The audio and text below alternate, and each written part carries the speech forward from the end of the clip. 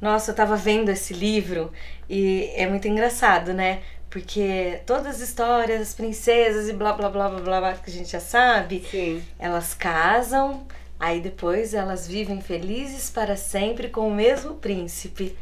Eu Gente. hoje, você sabe que eu já quis ser princesa e eu acreditei Cegamente, um tempo né? nisso. Mas hoje eu acredito tanto nisso quanto eu acredito em unicórnio. Será que o amor tá assim, gente? Será? Será que ele existe ou será que ele Ou será morreu? que ele é um unicórnio? Vamos ver daqui a Vamos pouco. ver.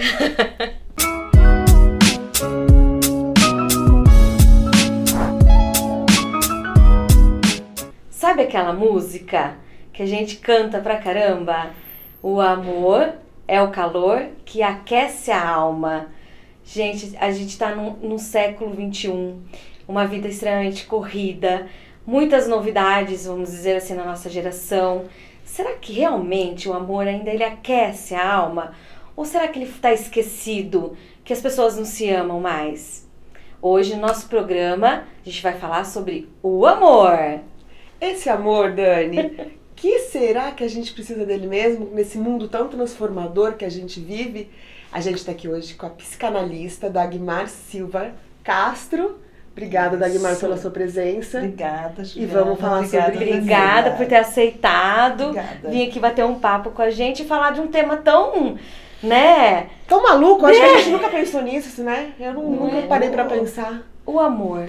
O amor. O amor. Uau. Dagmar. Quanto tempo nós temos? Quanto tempo nós temos? Isso é verdade. A gente tem 20 minutos É. pra falar de um tema muito complexo que a gente vai tentar Uau, resolver. uau. Vamos lá. resolver. Mas veja, eu agradeço o convite da Juliana, Danilo, esse programa fora da ordem, que o programa já diz tudo. E aí Já. até já fazendo um gancho, como o próprio amor hoje, século XXI, ele está fora da ordem. Tá, né? Totalmente. Fora da ordem, mas ele é tudo aquilo que faz com que a gente tenha vontade de viver, acordar de manhã, de dar conta da vida. Acho que o grande desafio, que é a provocação que vocês fazem do amor, que é um tema complexo, um tema difícil, um tema Sim. provocador, para nós no século XXI, é a gente sair daquele modelo que a gente tinha de um amor romântico, que vem lá de séculos anteriores.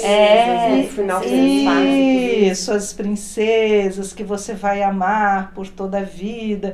E cá entre nós, era uma bela de uma lorota. Não é? O século XXI ele está tirando essa camada, essas capas que foram passando para nós como uma verdade, uma coisa que realmente era daquele jeito, que não podia mexer. Eu acho que está se abrindo aí para nós as novas formas do amor. O amor, ele aquece mesmo Aquece, a né? alma. Não está Não acabando. é só amor entre pessoas, né? Eu acho que quando a gente fala de amor é muito abrangente. É o amor pelo que a gente faz, o amor por nós O mesmos, próprio, né? Que é importante. amor por amigos, né? É. O amor pela sua verdade. Acho que são vários amores. E acho que é por isso que é tão doloroso quando a gente fala, o amor não é pra sempre. Não é doloroso, a gente, eu tenho 40 anos, a gente que vem de uma geração que ensinou que o amor era pra sempre, não é doloroso perceber que Mas não você é. sabe que eu acho que o amor era pra sempre, a gente tem a visão assim, Dagmar, me corrija se eu estiver errada. Pai e mãe, vou colocar o amor, né, de pai e mãe, vamos supor. Eles se conheciam, às vezes era arranjado um casamento, né? Porque antigamente, vamos dizer assim, os meus pais casavam e eles tinham que viver para sempre. Felizes para sempre não existia essa palavra. Então, eu acho que a gente tem esse aspecto de que assim, nossa, meus pais são casados há 60 anos. Tá, e daí? Eles amam? Eles se amam?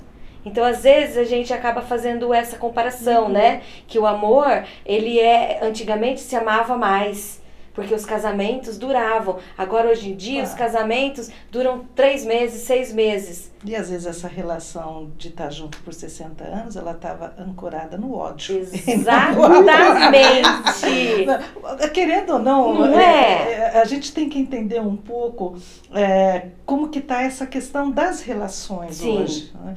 Porque o que acontece? Claro, você tem um casamento formal. Esse casamento formal, ele é um contrato. Uhum. Você está fazendo um contrato. Exato. E hoje a gente tem até a união estável, você não precisa jamais ter o casamento formal, aquela coisa toda. Eu até brinco, falei, gente, toma cuidado, hein? 2 aninhos ali já configurou, vamos dividir tudo, bonitinho. O que eu acho uma questão interessante, porque o que assegurava nos séculos anteriores, enfim, até o século passado, a questão de um relacionamento duradouro era uma forma de organização da relação do casal muito centrada na ordem da moral. Sim. Da moral. E, gente, vamos ser transparentes. Muitas vezes esse casamento se sustentava porque tinha uma terceira pessoa, não aquela terceira pessoa da fantasia, não, real. Muitos casamentos sólidos se sustentaram porque numa sociedade patriarcal como a nossa, os homens tinham uma outra pessoa para poder se realizar, porque ou você era a santa, desculpa a expressão, ou era a puta. Sim. Então você tinha que ter um jeito de organizar essa relação para que ele fosse duradouro. Hoje as coisas estão mais diretas, mais transparentes, porque o que assegura a relação hoje é uma escolha. Você está porque você quer estar. Existe uma diferença entre ter e querer. Né? Hoje você está quando você quer estar com a pessoa. Mas a gente passa por uma fase de transição, na verdade, porque a gente ainda tem muitos casamentos desse modelo. O casamento tradicional, ele impõe isso, porque a gente ainda vive o casamento tradicional. Né? Eu vejo a minha geração casou para viver para sempre. Muitos se separam, mas muitos têm medo de se separar, muitos têm medo de buscar outras alternativas. O modelo ainda é arcaico para a maneira como a gente pensa hoje, não é? Você sabe, só completando, eu escutei assim, eu cresci escutando a minha mãe, minhas tias falando que, imagina, a separação é vergonha para a mulher. Então, elas têm aquilo. Então, você cresce com aquilo que parece que, meu Deus, se eu casar não der certo, eu estou ferrada, né? Você é a vergonha da família. Então, não é só a vergonha da família, né? Assim, eu vejo que você vai sustentar isso também, né? A gente vive um relacionamento de casamento e a gente constrói muitas coisas juntos. Sim, é um contrato, por isso que eu coloquei um pouco antes. E é um pouco difícil, porque a gente foi criado para construir isso. Será que era para ser assim? E tem também um referencial. É uma transição muito louca. Não, e tem um referencial de realidade que a gente não pode escapar. Hoje, um dos maiores índices de empobrecimento da classe média são as separações. Sim, isso é verdade, né? Separação dá uma despesa maluca, você gasta. Você gasta pra casar, mas pra se separar. Enfim, né? Tem uma amiga minha que brinca, fala, Dagmar, separação é classe média e pobre não separa e rico também não. É verdade, né? Fazer os seus rearranjos aí. Não, o que eu acho importante assinalar que nessa questão do tema, das relações, independente das escolhas, enfim, das opções, o que assegura hoje, que é importante a gente pontuar, é que em uma relação a dois, você tem que fazer uma escolha e sustentar essa escolha. Hoje a gente fala em lealdade. A lealdade é algo que ancora uma relação de amor, de cuidado, de respeito, de afeto. Então não é mais um papel que assegura eu estar ou não com essa pessoa, mas é a capacidade de se olhar e falar, olha, vale a pena estar com você. Se ancorar, né? Construir coisas juntos, projetos em comuns, dividir a vida, enfim, tudo, você tem que ter essa escolha e sustentar essa escolha. Sim. Porque às vezes as pessoas estão umas com as outras, ou isso acontecia anteriormente, ainda hoje, porque a gente ainda está nessa transição, mas era uma coisa muito sofrida, uma coisa difícil de estar junto, uma coisa, um peso. Eu vejo casais que não se conversam. Não, pois é. Mais do que isso. Vivem sobre o mesmo teto, mas não se conversam. Então, olha só, eu acompanhei, enfim, né, mas tem casos, né, que a pessoa vai trabalhar na análise, né, um relacionamento, e fala, eu vou me separar. Mas há quanto tempo aquilo já não estava?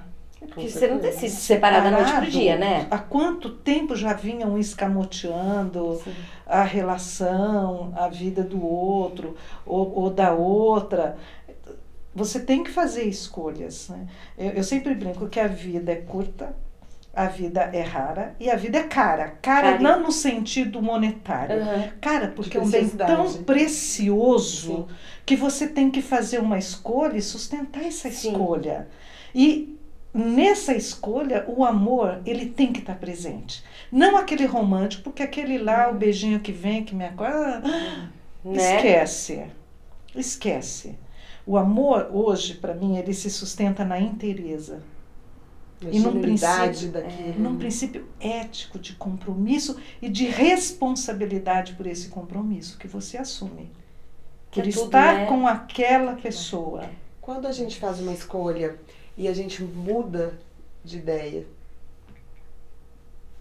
fiz uma escolha por uma pessoa e por um casamento tradicional. Eu posso mudar? E de repente, quando eu uso a verdade, eu mudei, eu me transformei, eu sou uma outra pessoa. Mas a gente se transforma direto todos os dias. Você se reinventa. Você se reinventa todos os dias. E como é que a gente mantém uma escolha? Como é que a gente sustenta isso? Como é que sustentar uma escolha? Como a gente convive com isso? Acho que aí as partes envolvidas no processo têm que realmente sentar e dialogar. O que está acontecendo? E aí a verdade sempre, é o que prevalece. O que está acontecendo? Onde que a gente se perdeu? O que está havendo aí? O que foi que aconteceu? E mais, né? Porque se tem esse processo que a gente tem que se reinventar. Nós somos convidadas e convidados, principalmente hoje, a nos reinventarmos, porque a gente não tem mais essa questão de que você era assim, eu tinha que prever, eu já sabia o que aconteceria. Não existe isso. Não existiu. Século XXI, principalmente no século XXI que a gente está vivendo, o que a gente chama aí de um mundo que não é mais pai orientado, não está mais dentro dessa organização patriarcal, verticalizada, você não tem uma receita pronta. Até o século passado a gente tinha. Nós vivemos dentro de bulas até o século passado. Tinha uma receitinha que nem de bolo bonitinha, você vai pôr essa medida, aquela, no final, olha, vai crescer. Hoje o que a gente sabe? Não tem nada. Dagmar, você falou uma expressão que eu achei sensacional. Pai orientado. A gente vai para o intervalo, a gente volta para você explicar pra gente o que é isso, o que mudou. A gente tá meio perdida.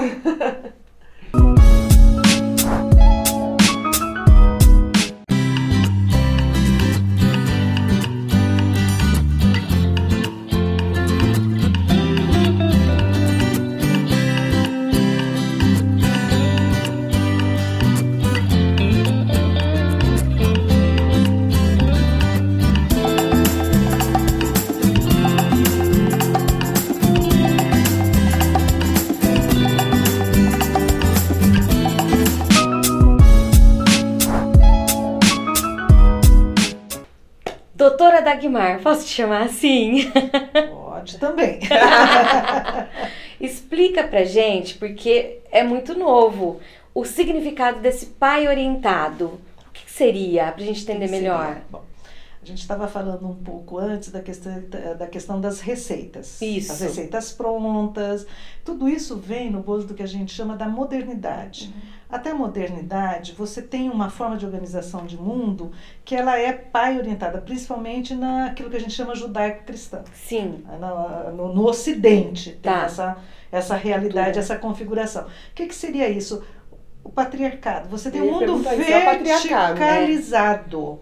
Você tem uma hierarquia na figura, né, do homem adulto, do pai, aí isso é verticalizado, as relações são hierárquicas. O que acontece hoje, no século XXI? Alguns falam de pós-modernidade, outros falam outros nomes. A questão não é a nomenclatura. Hoje nós vivemos num processo da civilização horizontal. As relações em rede, as formas de expressão, do afeto, no ambiente do trabalho. É muito diferente. É horizontalizada. Cultura, né, gente? Horizontalizada. Vou dar um exemplo simples. Como que eu fui educada? 9 filhos, pai e mãe. Ou seja, uma família numerosa. Nós chegávamos, né, na sala, quando vinha visita, todo mundo tinha que olhar para o meu pai. Se ele mexesse a sobrancelha, a gente sabia que tinha que sair, porque não era para a gente ficar na sala. Nossa, minha mãe falava tanto isso. E hoje, se eu fiz... Para as minhas filhas já não funcionava. Né? Eu ia ter que colocar um clipe. Ficar, né? O que é isso? As relações hoje, elas estão horizontalizadas, o que eu acho um avanço. Sim. Porque você vai conversar, você vai dialogar, você vai ter que fazer as escolhas, ancorar essas escolhas, se responsabilizar por elas. Porque quando era pai orientado, o que aconteceu? Eu fiz porque me mandaram. E isso no trabalho, tudo, na escola, sempre existiu uma na relação familiar. Que era isso. Você fez nunca, isso, né? Isso é o pai orientado. Hoje não mais.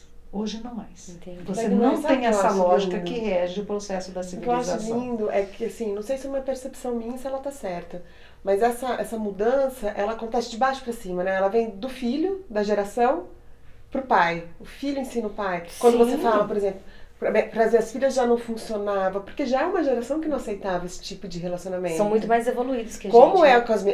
Como sou eu com as minhas filhas hoje, que me trata eu ou meu marido da mesma maneira, de maneira igualitária, até às vezes, né, mais puxado pro lado da mãe mesmo. Sim. É engraçado como que a geração que vai nascendo, ela já vem diferente. Ela veio para ensinar, né, Dagmar? Ela porque problematiza, assim, né? Sim, ela questiona. É que nem isso que a Ju falou, a gente trata eles de igual para igual, né, Ju? Porque eu trato meus pais com senhor e senhora. Entendeu? Eu já não tratava assim. Então, eu já tratava porque eles já me educaram a tratar desse jeito. Agora comigo, não me chame de senhora. Sabe? Eu já sou assim, gente. Essa carinha de 15. Esse movimento é difícil. Então eu falo assim, então, você vai estar de bengala. Não é, mas de bengala e cabelo pink. Então é isso, né? E eles ensinam muita coisa. Eu tenho um sobrinho de 15 anos, que é fantástico. E eu falo que ele tem uma alma muito evoluída. Então ele ensina muita coisa pra gente. Falando muito rápido, você falou, esses dias ele foi no aniversário, só que ele já tinha dado presente pra amiga antes. Daí eu falei, poxa, Léo, agora você vai no aniversário, na festa de mãos abanando, vão pensar que você não comprou presente. Ele olhou pra mim e falou assim, dane-se, quem tem que saber que eu dei presente é ela, não os outros. Eu falei, nossa, Léo, adorei sua resposta. Obrigada. Eu falei, vou levar pra minha vida. Então, é muito bom, né? Tipo, olha, quase 40 anos, mas ele tá me ensinando. Então, aí tem uma questão interessante que acho bom assinalar. Nessa forma de organização de mundo, tem algo que é muito sério e importante, porque isso exige muito mais responsabilidade. Sim. Porque você veja, as relações são horizontalizadas, mas as posições e os papéis tem que ter vocês colocaram as duas, Juliana e você também, Danila, que vocês colocaram de uma forma bem interessante. Olha, eu converso, eu sento, eu negocio, mas as suas filhas sabem quem é a mãe e quem é o pai, no caso da sua configuração familiar. E você também sabe, Danila, o seu filho vai saber quem é a mãe e quem é o pai, ou independente da configuração familiar, o que a gente tem que ter clareza, o grau de exigência que tem que ter hoje, que mesmo no processo da negociação, do diálogo e desse processo mais direto e transparente, horizontal, não é a terceirização ou a ausência de uma referência de uma figura, porque eles ainda são crianças e ainda são adolescentes. Para a gente não cair num outro extremo que às vezes acontece, que também é um fenômeno que a gente está vendo muito hoje, que é a terceirização das relações. Tudo, né? Então tem que ter a horizontalidade, nós não estamos mais no mundo pai orientado. Tem um termo interessante que o Forbes usa, que ele fala, nós estamos desbussolados, porque não tem mais bússola. Na ausência da bússola, você tem que construir, se inventar, se reinventar, né, criar e se responsabilizar. É mais exigente. Sim. O Cortella uma vez falou isso. Mais exigente. Dá trabalho ser gente. Dá muito mais trabalho. E mais trabalho ser adulto. E falando da família, o Cortella uma vez ele falou que a família não é democracia. Que justamente isso. As crianças... você pode interagir com elas participam de algumas decisões, mas a figura do pai e da mãe ainda é muito importante, justamente para impor limites, tudo, enfim, né? De tudo que uma criança realmente precisa. Isso, eu acho importante colocar, você usou um termo interessante, figura. A figura que a gente poderia chamar materna e a figura paterna, e aí tirando um pouco essa camada que isso está atrelado a uma configuração familiar, porque a criança ela não olha para isso. Ela nem pergunta se mamãe e papai casaram de papel passado, se mamãe, mamãe, papai. A criança não questiona isso. Ela está mantendo uma relação de afeto que é fundamental para que a gente chegue a um ponto da gente ser gente. Tem que ter alguém, né? O Lacan usava uma expressão, a gente nasce como um bife com olhos. É um pedaço de carne com olhos. Como você vai preparar, né? É verdade, os temperos. Entrando nessa relação afetiva muito próxima, é que vai configurando o ser humano. A existência, né? A nossa existência, que é configurada a partir de um outro que nos localiza e tem essa coisa do amor. Por isso que o amor, hoje, ele está muito até mais forte. Né? Porque você opta, você escolhe, você quer. E você ama.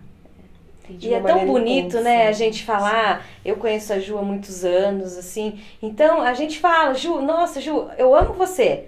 E assim, isso é verdadeiro. E é tão bom falar quando a gente realmente ama uma pessoa. Então não é só esse amor de pai e mãe, filhos, né? A amizade. Eu tenho um grupo de amigas, nós temos, que assim, é um amor fantástico. É um amor que eu não conseguiria viver sem. Você está falando algo que talvez merece um programa só para discutir isso, porque o laço social do século XXI é a amizade. Olha só. Que delícia, né? Que bom. Engraçado, isso né? faz Porque bem. Ela é o liame. Ela é que dá um... E no mundo que a gente está tão conectado com tecnologias, e parece que ao mesmo tempo a gente também se distanciou de alguns amigos, porque se fala, mas se fala através da tecnologia, é engraçado você falar isso, me surpreende também. Eu fico feliz. Eu fico muito feliz. Me surpreende. Porque eu sinto muita falta disso. A gente adora, a gente vai entrando mais. E amiga, a amizade. Não relações instrumentalizadas. A amizade, você pode estar distante. No tempo que a gente tem o Kairos, que é o tempo existencial, e Cronos. Você pode ter vivido 15 anos sem ver, ou 20 anos uma pessoa, que isso é Cronos. Você encontra e é instantâneo. É gostoso, você encontra, né? A dimensão da amizade, ela é algo que sustenta a vida. Faz bem. Século XXI, a amizade, esse laço social é que vai, e é o que nos sustenta hoje. E também porque é um amor que não te traz cobranças. Né? Você não casa com um amigo, você não tem que ter um contrato. Você não precisa ter relação, amigo. Você não tem, né? Eu te devo. De vez em quando a gente sente ter conversa, mas não tem aquela cobrança. Não tem a cobrança. Não você é inteira na amizade. E o laço que você estabelece, ele não tem mediação. A mediação de um contrato, de um casamento, um contrato comercial, enfim, não tem essa coisa de alma. Ai, gente, tá acabando. Não acredito. Sério?